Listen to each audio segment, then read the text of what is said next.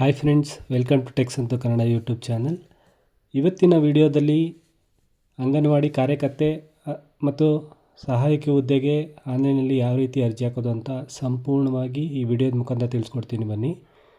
ಮೊದಲಿಗೆ web ಬ್ರೌಸರ್ನ open ಮಾಡಿ search ಬಾರಲ್ಲಿ anganwadi job link ಅಂತ ಸರ್ಚ್ ಮಾಡಿ.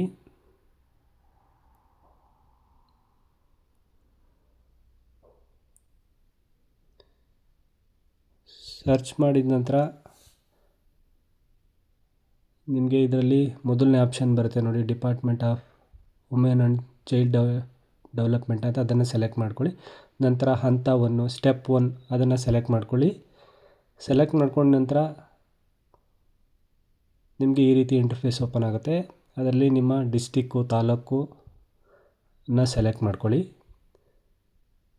ಸೆಲೆಕ್ಟ್ ಮಾಡ್ಕೊಂಡ ನಂತರ ಅಲ್ಲಿ ನಿಮಗೆ ವರ್ಕರು ಮತ್ತು ಹೆಲ್ಪರು ಎರಡು ರೀತಿ ಆಪ್ಷನ್ ಇರುತ್ತೆ. ಸೊ ನಿಮ್ಮ ಡಿಸ್ಟ್ರಿಕ್ ವೈಸು PDF ಲಿಸ್ಟ್ ಇರುತ್ತೆ. ಅದನ್ನು ನೋಡಿಕೊಂಡು ನಿಮಗೆ ಎಲ್ಲಿ ವೇಕೆನ್ಸಿ ಇರುತ್ತೆ ಅಲ್ಲಿ ನೀವು ವರ್ಕರ ಅಥವಾ ಹೆಲ್ಪರ ಯಾವುದಕ್ಕೆ ಬೇಕೋ ಅದನ್ನು ಸೆಲೆಕ್ಟ್ ಮಾಡಿಕೊಂಡು ಎಂಟ್ರಿ ಮಾಡ್ಕೋಬೋದು.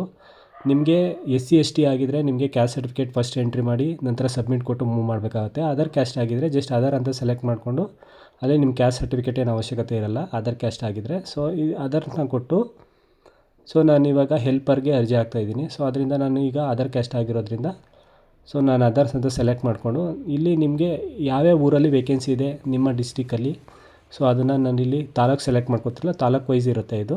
ತಾಲೂಕು ಸೆಲೆಕ್ಟ್ ಮಾಡ್ಕೊಂಡ ನಂತರ ಇಲ್ಲಿ ವೇಕೆನ್ಸಿ ಎಲ್ಲೆಲ್ಲಿರುತ್ತೆ ಅಲ್ಲಲ್ಲಿ ಇದು ಮಾಡುತ್ತೆ. ಸೊ ನನಗಿವಾಗ ಕೊಣನೂರಿನ ಮುಸ್ಲಿಮ್ ಸ್ಟ್ರೀಟ್ ಅಂತ ಇದೆಯಲ್ಲ ಅಲ್ಲಿ ಅರ್ಜಿ ಹಾಕಬೇಕು. ಸೊ ಆದ್ದರಿಂದ ನಾನು ಅಲ್ಲಿಗೆ ಸೆಲೆಕ್ಟ್ ಮಾಡ್ಕೊತಾ ಇದ್ದೀನಿ. ಸೊ ಅದು ಈ ಕಡೆ ಲಾಸ್ಟಲ್ಲಿ ಒಂದು ಟಿಕ್ ಬಾಕ್ಸ್ ಇರುತ್ತೆ ನೋಡಿ,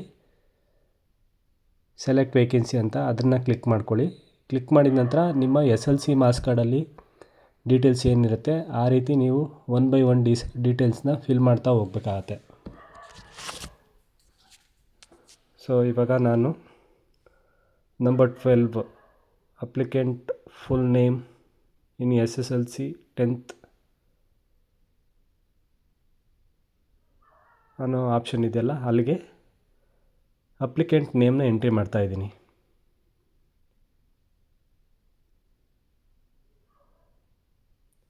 ಸೊ ಅಪ್ಲಿಕೆಂಟ್ ನೇಮ್ನ ಎಂಟ್ರಿ ಮಾಡಿದ ನಂತರ ನೆಕ್ಸ್ಟು ಅವರ ಡೇಟ್ ಆಫ್ ಬರ್ತನ್ನ ಎಂಟ್ರಿ ಮಾಡ್ಕೊಳ್ಳಿ.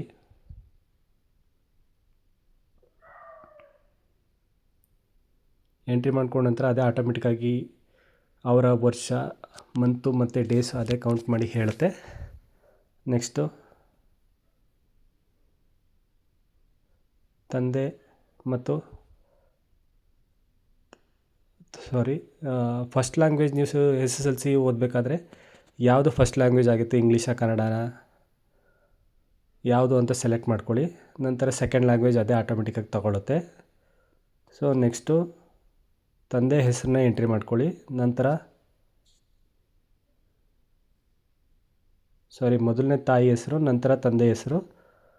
ನಂತರ ಮದುವೆ ಆಗಿದ್ದರೆ ಹೌದು ಇಲ್ಲ ಅಂತ ಕೇಳುತ್ತೆ. ಅಲ್ಲಿ ಹೌದು ಅಂತಿದ್ರೆ ಎಸ್ ಕೊಡಿ, ನೋ ಅಂತಿದ್ರೆ ನೋ ಕೊಡಿ. ಸೊ ಹೌದು ಅಂತ ಕೊಟ್ಟ ನಂತರ ನಿಮಗೆ ಅಲ್ಲಿ ಹಸ್ಬೆಂಡ್ ಹೆಸರನ್ನ ಎಂಟ್ರಿ ಮಾಡಬೇಕಾಗತ್ತೆ. ನೋ ಅಂತ ಕೊಟ್ಟರೆ ಏನಿರಲ್ಲ, ಹೌದು ಅಂತ ಕೊಟ್ಟರೆ ಹಸ್ಬೆಂಡ್ ಹೆಸರನ್ನ ಎಂಟ್ರಿ ಮಾಡ್ಕೊಳ್ಳಿ. ನಂತರ SSLC ರಿಜಿಸ್ಟರ್ ನಂಬರ್ನ ಎಂಟ್ರಿ ಮಾಡಿ 19th ಕಾಲಮಲ್ಲಿ.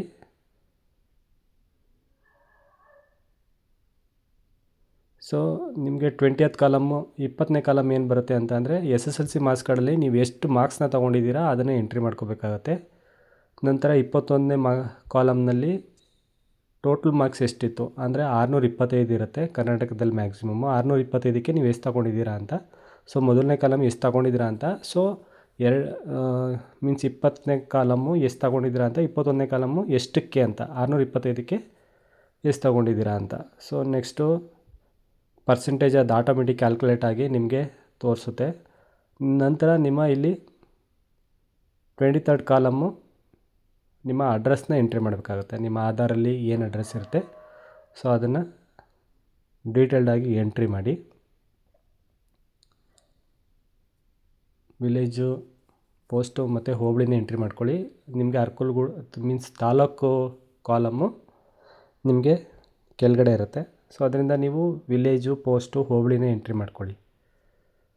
ಸೊ ಎಂಟ್ರಿ ಮಾಡ್ಕೊಂಡ ನಂತರ ನಿಮ್ಮ ಸ್ಟೇಟ್ನ ಸೆಲೆಕ್ಟ್ ಮಾಡ್ಕೊಳ್ಳಿ.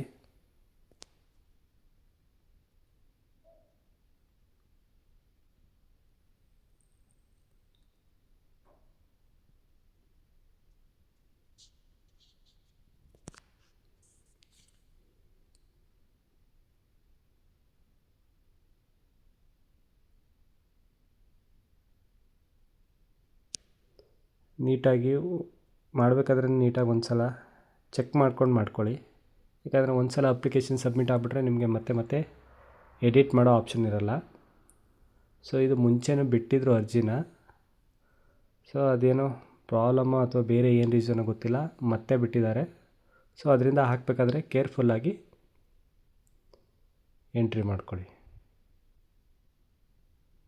ನಂತರ ನಿಮ್ಮ ಸ್ಟೇಟು ಮತ್ತು ನಿಮ್ಮ ಡಿಸ್ಟಿಕ್ಕು, ಅಲ್ಲೇ ತಾಲೂಕನ್ನು ಮ್ಯಾನ್ಯುವಲಿ ಎಂಟ್ರಿ ಮಾಡಬೇಕಾಗತ್ತೆ. ನಂತರ ಪಿನ್ ಕೋಡ್ನ ಎಂಟ್ರಿ ಮಾಡಿ. ನಂತರ ನಿಮ್ಮ ಮೊಬೈಲ್ ನಂಬರ್ನ ಎಂಟ್ರಿ ಮಾಡ್ಕೊಳ್ಳಿ.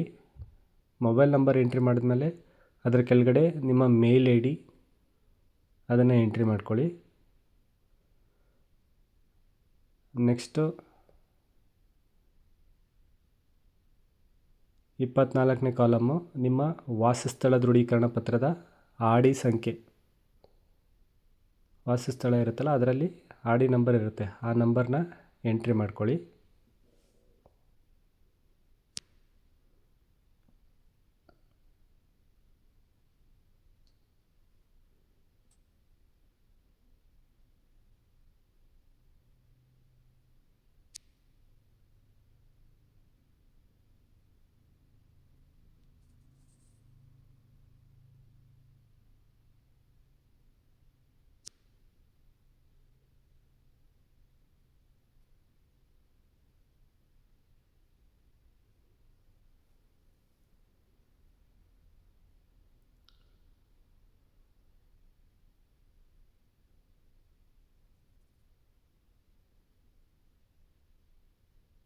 ನಂತರ ನಿಮ್ಮದು ಏನಾದರೂ ರಿಸರ್ವೇಷನ್ ಇದ್ದರೆ ಬಿಡೋ, ಅಥವಾ ಸರ್ಟಿಫಿಕೇಟ್ ಇದ್ದರೆ ಇದು ಟೀಚರ್ ಟ್ರೈನಿಂಗ್ ಹೋಗಿದ್ರೆ ಸರ್ಟಿಫಿಕೇಟ್ ಎಸ್ ಆರ್ ನೋ ಅಂತ ಕೊಟ್ಕೊಂಡು ಇದ್ದರೆ ಎಸ್ ಅಂತ ಕೊಡಿ, ಇಲ್ಲಾಂದರೆ ಟಿಕ್ ಬಾಕ್ಸ್ನ ಕ್ಲಿಕ್ ಮಾಡಿ, ಇಲ್ಲಾಂದರೆ ನೋಡ್ಕೊಳ್ಳಿ. ನಂತರ ನೀವು ಎಂಟ್ರಿ ಮಾಡಿರೋ ಎಲ್ಲ ಡೀಟೇಲ್ಸು ಸರಿ ಇದೆಯಾ ಅಂತ ಒಂದು ಸಲ ನೀಟಾಗಿ ಚೆಕ್ ಮಾಡ್ಕೊಳ್ಳಿ. ಇನ್ ಕೇಸ್ ಸರಿ ಇಲ್ಲ ಅಂತ ಅಂದರೆ ಸ್ವಲ್ಪ ಕೆಳಗಡೆ ಬಂದು ಎಡಿಟ್ ಅನ್ನೋ ಆಪ್ಷನ್ ಇರುತ್ತೆ. ಸೊ ಎಡಿಟ್ ಆಪ್ಷನ್ನ ಕ್ಲಿಕ್ ಮಾಡಿಕೊಂಡು ನೀವು ಮತ್ತೆ ಸರಿ ಮಾಡ್ಕೊಂಡು ಮತ್ತೆ ಸಬ್ಮಿಟ್ ಕೊಡ್ಕೊಳ್ಳಿ. ಸೊ ಹಿಂಗೆ ನೀವೇನೇನು ಎಂಟ್ರಿ ಮಾಡಿದರೆ ಎಲ್ಲನೂ ಒಂದು ಸಲ ನೀಟಾಗಿ ನೋಡ್ಕೊಳ್ಳಿ.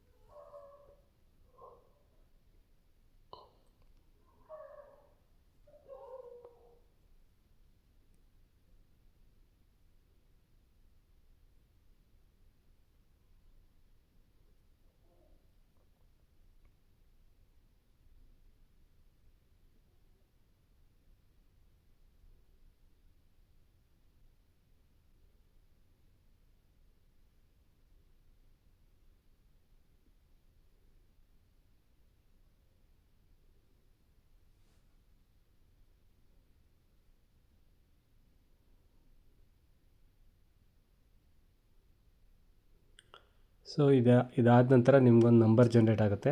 ಆ ನಂಬರ್ನ ಬರೆದಿಟ್ಕೊಳ್ಳಿ. ಸೊ ಇಲ್ಲಿ ಎಂಟ್ರಿ ನೀಟಾಗಿ ನೋಡ್ತಾ ಇರೋದ್ರಿಂದ ಸ್ವಲ್ಪ ಟೈಮ್ ತಗೊಳುತ್ತೆ. ಸೊ ಎಲ್ಲ ಡೀಟೇಲ್ಡಾಗಿ ನೋಡ್ಕೊಂಡ್ಮೇಲೆ ಕ್ಯಾಪ್ಚನ್ನ ಎಂಟ್ರಿ ಮಾಡಿ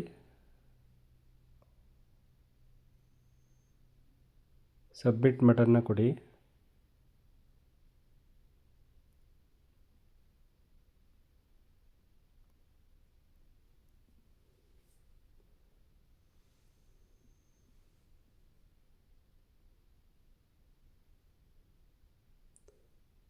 ಸೊ ಇನ್ ಕೇಸ್ ಏನಾದರೂ ತಪ್ಪಿತ್ತು ಅಂತಂದರೆ ಇಲ್ಲಿ ಎಡಿಟ್ ಬಟನ್ ಕಾಣಿಸಿದ್ರೆ ಅಲ್ಲಿ ಹೋಗ್ಬಿಟ್ಟು ಬ್ಯಾಕ್ ಬಂದು ಎಡಿಟ್ ಮಾಡ್ಕೊಂಡು ಮತ್ತೆ ಸಬ್ಮಿಟ್ ಕೊಡಬೇಕಾಗತ್ತೆ. ಸೊ ಎಲ್ಲ ಸರಿ ಇದೆ. ಸೊ ಕ್ಯಾಪ್ಚನ್ನ ಎಂಟ್ರಿ ಮಾಡಿ ನಾನಿಲ್ಲಿ ಸಬ್ಮಿಟ್ನ ಕೊಡ್ತಾಯಿದ್ದೀನಿ. ಸಬ್ಮಿಟ್ ಕೊಟ್ಟ ನಂತರ ನಿಮ್ಗೆ ಈ ರೀತಿ ಸ್ಟೆಪ್ 1 ಕಂಪ್ಲೀಟೆಡ್ ಅಪ್ಲಿಕೇಶನ್ ನಂಬರ್ ಅಂತ ಇರುತ್ತಲ್ಲ, ಇದನ್ನು ಹುಷಾರಾಗಿ ಬರೆದಿಟ್ಕೊಳ್ಳಿ. ಅಥವಾ ಇಲ್ಲಿ ಕ್ಲಿಕ್ ಹಿಯರ್ ಟು ಪ್ರಿಂಟ್ ಅಂತಿದೆಯಲ್ಲ, ಪ್ರಿಂಟ್ ತೊಗೊಂಬಿಡಿ ಒಂದು ಸಲ best. Click here to proceed step 2 ಅಂತ ಇದೆ, ಪ್ರಿಂಟ್ ತೊಗೊಂಡ್ಮೇಲೆ ಅದನ್ನು ಕ್ಲಿಕ್ ಮಾಡ್ಕೊಳ್ಳಿ.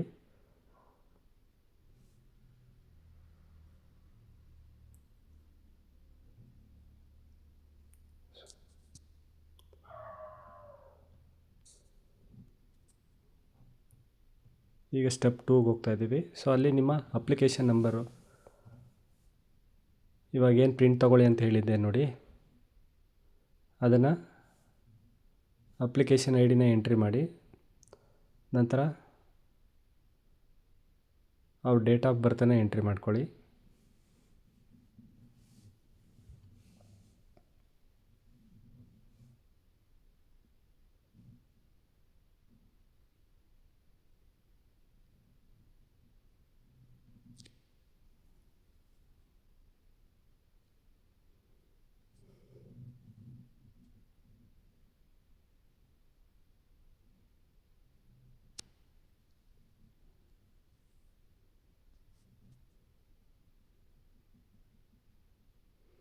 ನಂತರ ಸಬ್ಮಿಟ್ನ ಕೊಡಿ.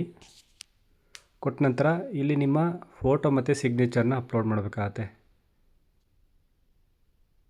ಅದು ಸೈಜು 100 KB ಒಳಗಿರಬೇಕು. JPEG ಫಾರ್ಮೆಟಲ್ಲಿ ಇರಬೇಕಾಗತ್ತೆ. ಸೊ ಮುಂಚೆನೇ ಸ್ಕ್ಯಾನ್ ಮಾಡಿ ಇಟ್ಕೊಂಡು, ಕ್ರ್ಯಾಪ್ ಮಾಡಿ ಇಟ್ಕೊಂಡು, ನಂತರ ಹಿಂಗೆ ಚೂಸ್ ಫೈಲ್ ಅಂತ ಸೆಲೆಕ್ಟ್ ಮಾಡಿಕೊಂಡು, ನಂತರ ಫೋಟೋ ಅಪ್ಲೋಡ್ ಅನ್ನೋ ಆಪ್ಷನ್ನ ಕ್ಲಿಕ್ ಮಾಡ್ಕೊಂಡು ಫೋಟೋ ಅಪ್ಲೋಡ್ ಮಾಡ್ಕೊಳ್ಳಿ. ನಂತರ ಸಿಗ್ನೇಚರ್ನ ಅಪ್ಲೋಡ್ ಮಾಡಿಕೊಂಡು ಸೇವ್ ಬಟನ್ನ ಕ್ಲಿಕ್ ಮಾಡ್ಕೊಳ್ಳಿ. ನಂತರ ಇಲ್ಲಿ ಸ್ಟೆಪ್ 2 ಕಂಪ್ಲೀಟ್ ಆಗಿದೆ. ಸಿಗ್ನೇಚರು ಮತ್ತು ಫೋಟೋ ಅಪ್ಲೋಡ್ ಆಗಿದೆ. ಈಗ ಸ್ಟೆಪ್ 3 ಅಪ್ಲೋಡ್ ಡಾಕ್ಯುಮೆಂಟ್ಸು. ಸೊ ಈ ಆಪ್ಷನ್ಗೆ ಬಂದು ಸೇಮ್ ಅಪ್ಲಿಕೇಶನ್ ID ನ ಎಂಟ್ರಿ ಮಾಡಿ. ನಂತರ ಡೇಟ್ ಆಫ್ ಬರ್ತನ್ನ ಎಂಟ್ರಿ ಮಾಡಿಕೊಂಡು, ನಂತರ ಸಬ್ಮಿಟ್ನ ಕೊಡಿ.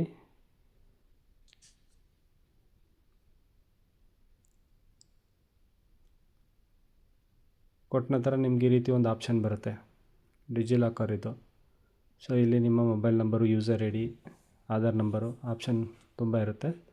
ಸೊ ನಿಮ್ಗೆ ಯಾವ್ದು ಕನ್ವೀನಿಯೆಂಟ್ ಆಗುತ್ತೆ ಅದನ್ನು ಸೆಲೆಕ್ಟ್ ಮಾಡ್ಕೊಳ್ಳಿ. ಮೊಬೈಲ್ ನಂಬರ್ ಆಲ್ರೆಡಿ ರಿಜಿಸ್ಟರ್ ಆಗಿದ್ದರೆ ಮೊಬೈಲ್ ನಂಬರ್, ಯೂಸರ್ ನೇಮ್ ಅಥವಾ ಯೂಸರ್ ನೇಮ್ ಇದ್ದರೆ ಅದನ್ನು ಮಾಡ್ಕೊಳ್ಳಿ. ಇಲ್ಲ ಅಂತಂದರೆ ಆಧಾರ್ ನಂಬರ್ನ ಸೆಲೆಕ್ಟ್ ಮಾಡಿಕೊಂಡು ನೆಕ್ಸ್ಟ್ ಕೊಡಿ. ನಂತರ ಆಧಾರ್ ರಿಜಿಸ್ಟರ್ಡ್ ಮೊಬೈಲ್ ನಂಬರ್ಗೆ ಒಂದು OTP ಬರುತ್ತೆ, ಆ OTPನ ಎಂಟ್ರಿ ಮಾಡ್ಕೊಳ್ಳಿ.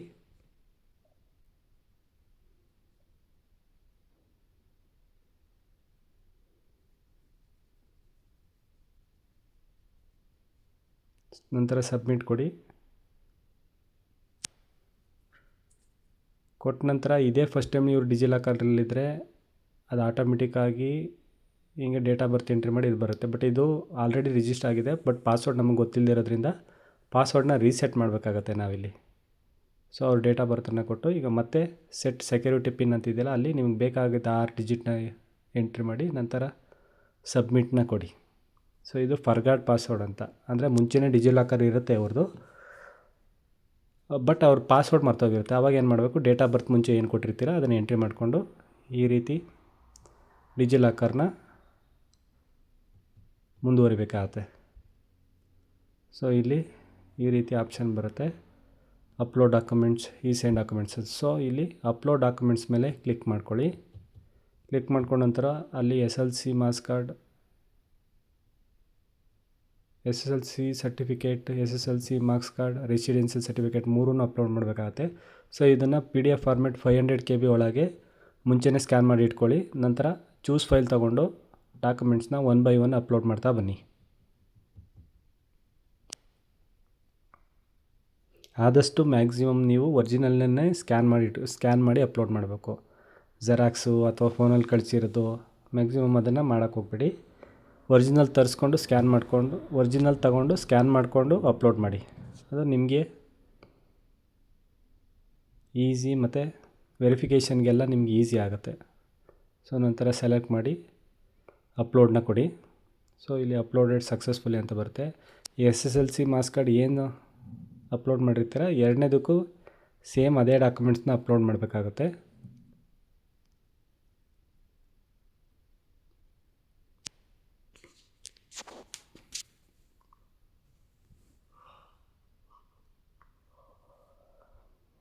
ನಂತರ ಚೂಸ್ ಫೈಲ್ನ ಸೆಲೆಕ್ಟ್ ಮಾಡಿಕೊಂಡು ಸೇಮ್ SSLC ಮಾರ್ಕ್ಸ್ ಕಾರ್ಡ್ನೇ ಅಪ್ಲೋಡ್ ಮಾಡಿ.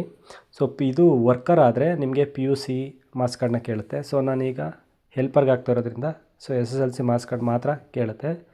ಇನ್ ಕೇಸ್ ಅದರ್ಸ್ ಏನಾದರೂ ಚೂಸ್ ಮಾಡಿದರೆ like widow, others, teachers training ಅದೇನಾರು ಇದ್ದರೆ ನಿಮಗಿಲ್ಲಿ ಎಕ್ಸ್ಟ್ರಾ ಆಪ್ಷನ್ಗಳನ್ನ ತೋರಿಸುತ್ತೆ.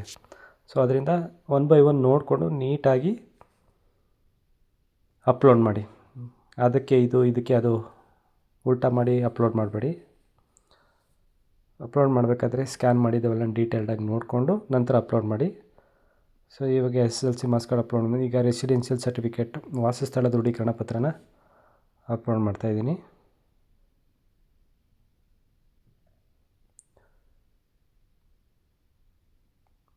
ಇಲ್ಲಿ ಅಪ್ಲೋಡ್ ಕೊಟ್ಟ ನಂತರ ಎಲ್ಲ ಅಪ್ಲೋಡ್ ಆದಮೇಲೆ ನೀವಿಲ್ಲಿ ಒಂದು ಸಲ ವ್ಯೂ ಅಪ್ಲೋಡ್ ಡಾಕ್ಯುಮೆಂಟ್ಸ್ ಅಂತ ಕ್ಲಿಕ್ ಮಾಡಿಕೊಂಡು ಅಪ್ಲೋಡ್ ಮಾಡಿರೋದೆಲ್ಲ ಸರಿ ಇದೆಯಾ ಅಂತ ಒಂದು ಸಲ ಚೆಕ್ ಮಾಡ್ಕೊಳ್ಳಿ. ಸೊ ವ್ಯೂ ಅಂತ ಇದೆಯಲ್ಲ, ವ್ಯೂ ಎಡಿಟ್ ಅಂತ ಇದೆಯಲ್ಲ, ಸೊ ಅದರಲ್ಲಿ ಫಸ್ಟ್ ವ್ಯೂ ಆಪ್ಷನ್ ಇದೆಯಲ್ಲ ಅದನ್ನು ಕ್ಲಿಕ್ ಮಾಡಿಕೊಂಡು ಅಪ್ಲೋಡ್ ಮಾಡಿರೋದೆಲ್ಲ ಸರಿ ಇದೆಯಾ ಅಂತ ಒಂದು ಸಲ ನೀಟಾಗಿ ಚೆಕ್ ಮಾಡ್ಕೊಳ್ಳಿ. ಇನ್ ಕೇಸ್ ಸರಿ ಇಲ್ಲ ಅಂದರೆ ಎಡಿಟ್ ಅನ್ನೋ ಆಪ್ಷನ್ ಇದೆಯಲ್ಲ ಅಲ್ಲಿ ಬಂದು ಎಡಿಟ್ ಮಾಡಿಬಿಟ್ಟು ಮತ್ತೆ ಅಪ್ಲೋಡ್ ಮಾಡ್ಕೊಳ್ಳಿ. ಇವೆಲ್ಲ ಕೇರ್ಫುಲ್ಲಾಗಿ ಮಾಡಿ ಅಪ್ಲೋಡ್ ಮಾಡಬೇಕಾದ್ರೆ. ತುಂಬ ಸಲ ಆ ಕಡೆದು ಈ ಕಡೆ, ಈ ಕಡೆದು ಆ ಕಡೆಗೆ ಆಗಿಬಿಡುತ್ತೆ. ಸೊ ಅದರಿಂದ ರೆಸಿಡೆನ್ಷಿಯಲ್ಲೇ ಸೆಲೆಕ್ಟ್ ಆಗಿದೆಯಾ, SSLC ಮಾರ್ಕ್ಸ್ ಕಾರ್ಡ್ ಸೆಲೆಕ್ಟ್ ಆಗಿದೆ ಅಂತ ನೋಡಿಕೊಂಡು ಎಲ್ಲ ಸರಿ ಇದ್ದರೆ ಸೈನ್ ಡಾಕ್ಯುಮೆಂಟ್ಸ್ನ ಕ್ಲಿಕ್ ಮಾಡಿಕೊಂಡು ಡಾಕ್ಯುಮೆಂಟ್ಸ್ ಸೈನ್ನ ಮಾಡಬೇಕಾಗತ್ತೆ ನೀವು. ಸೊ ಈಗ ನಾನು 1 ಬೈ 1 ಎಲ್ಲ ನೀಟಾಗಿ ನೋಡ್ಕೊಂಡಿದ್ದೀನಿ, ಎಲ್ಲ ಸರಿ ಇದೆ. ಸೊ ಇವಾಗ ಸೈನ್ ಡಾಕ್ಯುಮೆಂಟ್ಸ್ನ ಕ್ಲಿಕ್ ಮಾಡ್ತೀನಿ. ಕ್ಲಿಕ್ ಮಾಡಿದ ನಂತರ ವ್ಯೂ PDF ಆಪ್ಷನ್ ಇರುತ್ತೆ, ಅದನ್ನು ಕ್ಲಿಕ್ ಮಾಡ್ಕೊಳ್ಳಿ. ಸೊ ಇದರಲ್ಲಿ ಡೀಟೇಲ್ಡಾಗಿ ನೋಡ್ಕೊಳ್ಳಿ, ನೀವು ಎಂಟ್ರಿ ಮಾಡಿರೋ ಡೀಟೇಲ್ಸ್ ಎಲ್ಲ ಕರೆಕ್ಟ್ ಇದೆಯಾ ಅಂತ ಒಂದು ಸಲ ನೀಟಾಗಿ ಚೆಕ್ ಮಾಡಿಕೊಂಡು ಮುಂದುವರಿರಿ.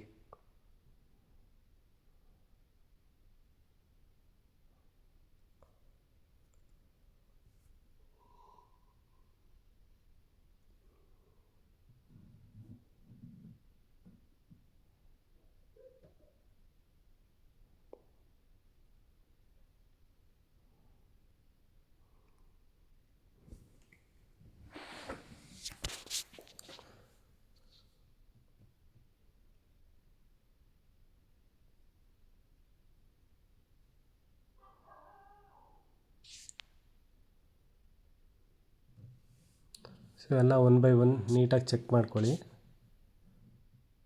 ಅಪ್ಲೋಡ್ ಮಾಡಿರೋ ಡಾಕ್ಯುಮೆಂಟ್ಸ್ ಎಲ್ಲ ಸರಿ ಇದೆಯಾ ಅಂತಲೂ ಚೆಕ್ ಮಾಡ್ಕೊಳ್ಳಿ.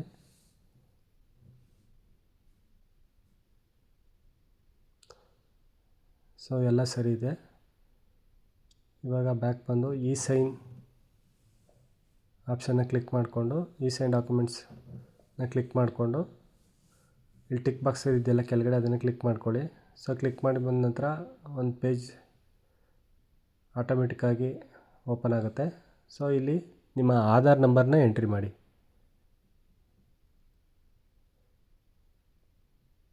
ಆಧಾರ್ ನಂಬರ್ನ ಎಂಟ್ರಿ ಮಾಡಿ ಗೆಟ್ OTP ಕ್ಲಿಕ್ ಮಾಡಿಕೊಂಡು ನಿಮ್ಮ ಆಧಾರ್ ರಿಜಿಸ್ಟರ್ಡ್ ಮೊಬೈಲ್ ನಂಬರಿಗೆ ಒಂದು OTP ಬರುತ್ತೆ, OTPನ ಎಂಟ್ರಿ ಮಾಡ್ಕೊಳ್ಳಿ.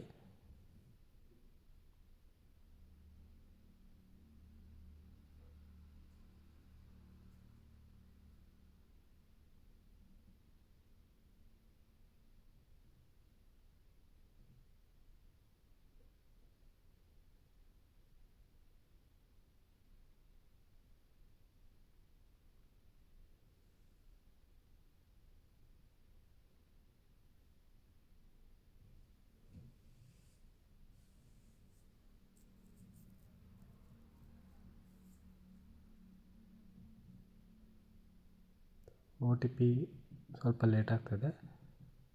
ಸೊ ನೀವು ಆಧಾರ್ ನಂಬರ್ ಎಂಟ್ರಿ ಮಾಡಿದ ನಂತರ ನಿಮ್ಮ ಆಧಾರ್ ರಿಜಿಸ್ಟರ್ ಆಗಿರುತ್ತಲ್ಲ ಆ ಫೋನಿಗೆ ಮೀನ್ಸ್ ಆ ನಂಬರಿಗೆ OTP ಬರುತ್ತೆ. ಎಂಟ್ರಿ ಮಾಡಿದ ನಂತರ OTP ಎಂಟ್ರಿ ಮಾಡಿದ ನಂತರ ಟಿಕ್ ಬಾಕ್ಸ್ನ ಸೆಲೆಕ್ಟ್ ಮಾಡಿಕೊಂಡು ಸಬ್ಮಿಟ್ನ ಕೊಡಿ. ಸಬ್ಮಿಟ್ ಕೊಟ್ಟ ನಂತರ ನಿಮಗೆ ಇಲ್ಲಿ ಸೈನ್ ಸಕ್ಸಸ್ಫುಲಿ ಅಂತ ಬರುತ್ತೆ. ನಂತರ ಓಕೆ ಕೊಟ್ಟು ಡೌನ್ಲೋಡ್ ಸೈನ್ಡ್ PDF ಅಂತ ಇರುತ್ತೆ, ಅದನ್ನು ಸೆಲೆಕ್ಟ್ ಮಾಡಿಕೊಂಡು PDF ಡೌನ್ಲೋಡ್ ಮಾಡ್ಕೊಳ್ಳಿ. Step 3 completed, application submitted successfully with E-sign application ID ಅಂತ ಬರುತ್ತೆ. ಸೊ ನಿಮಗೆ ಇಲ್ಲಿ ಏನು ಅಪ್ಲಿಕೇಶನ್ ಬರುತ್ತೆ ಅದನ್ನು ಡೌನ್ಲೋಡ್ ಮಾಡಿಕೊಂಡು ಇಟ್ಕೊಳ್ಳಿ. ತುಂಬ ಜನಕ್ಕೆ ಇಲ್ಲಿ ಲಾಸ್ಟಲ್ಲಿ ಕ್ವಶ್ಚನ್ ಮಾರ್ಕ್ ಬಂದಿರುತ್ತೆ ಅನ್ನೋ ಡೌಟ್ ಇರುತ್ತೆ. ಸೊ ಕ್ವಶ್ಚನ್ ಮಾರ್ಕ್ ಬಂದರೆ ಏನು ತೊಂದರೆ ಇಲ್ಲ, ನೀವು ಆ PDF ಡೌನ್ಲೋಡ್ ಮಾಡಿ ಪ್ರಿಂಟ್ ತೊಗೊಂಡು ಇಟ್ಕೊಳ್ಳಿ. ವಿಡಿಯೋ ನೋಡಿದ್ದಕ್ಕಾಗಿ ಧನ್ಯವಾದಗಳು. ಇದೇ ರೀತಿ ಹೆಚ್ಚಿನ ವಿಡಿಯೋಗಳಿಗಾಗಿ ಟೆಕ್ಸಂತು ಕನ್ನಡ ಯೂಟ್ಯೂಬ್ ಚಾನಲ್ನ ಸಬ್ಸ್ಕ್ರೈಬ್ ಮಾಡಿ. ಏನೇ ಡೌಟ್ಸ್ ಇದ್ರೂ ಕಮೆಂಟ್ ಮೂಲಕ ತಿಳಿಸಿಕೊಡಿ, ನಾನಲ್ಲಿ ನಿಮಗೆ ರಿಪ್ಲೈ ಮಾಡ್ತೀನಿ. ಧನ್ಯವಾದಗಳು. ಶುಭ ದಿನ.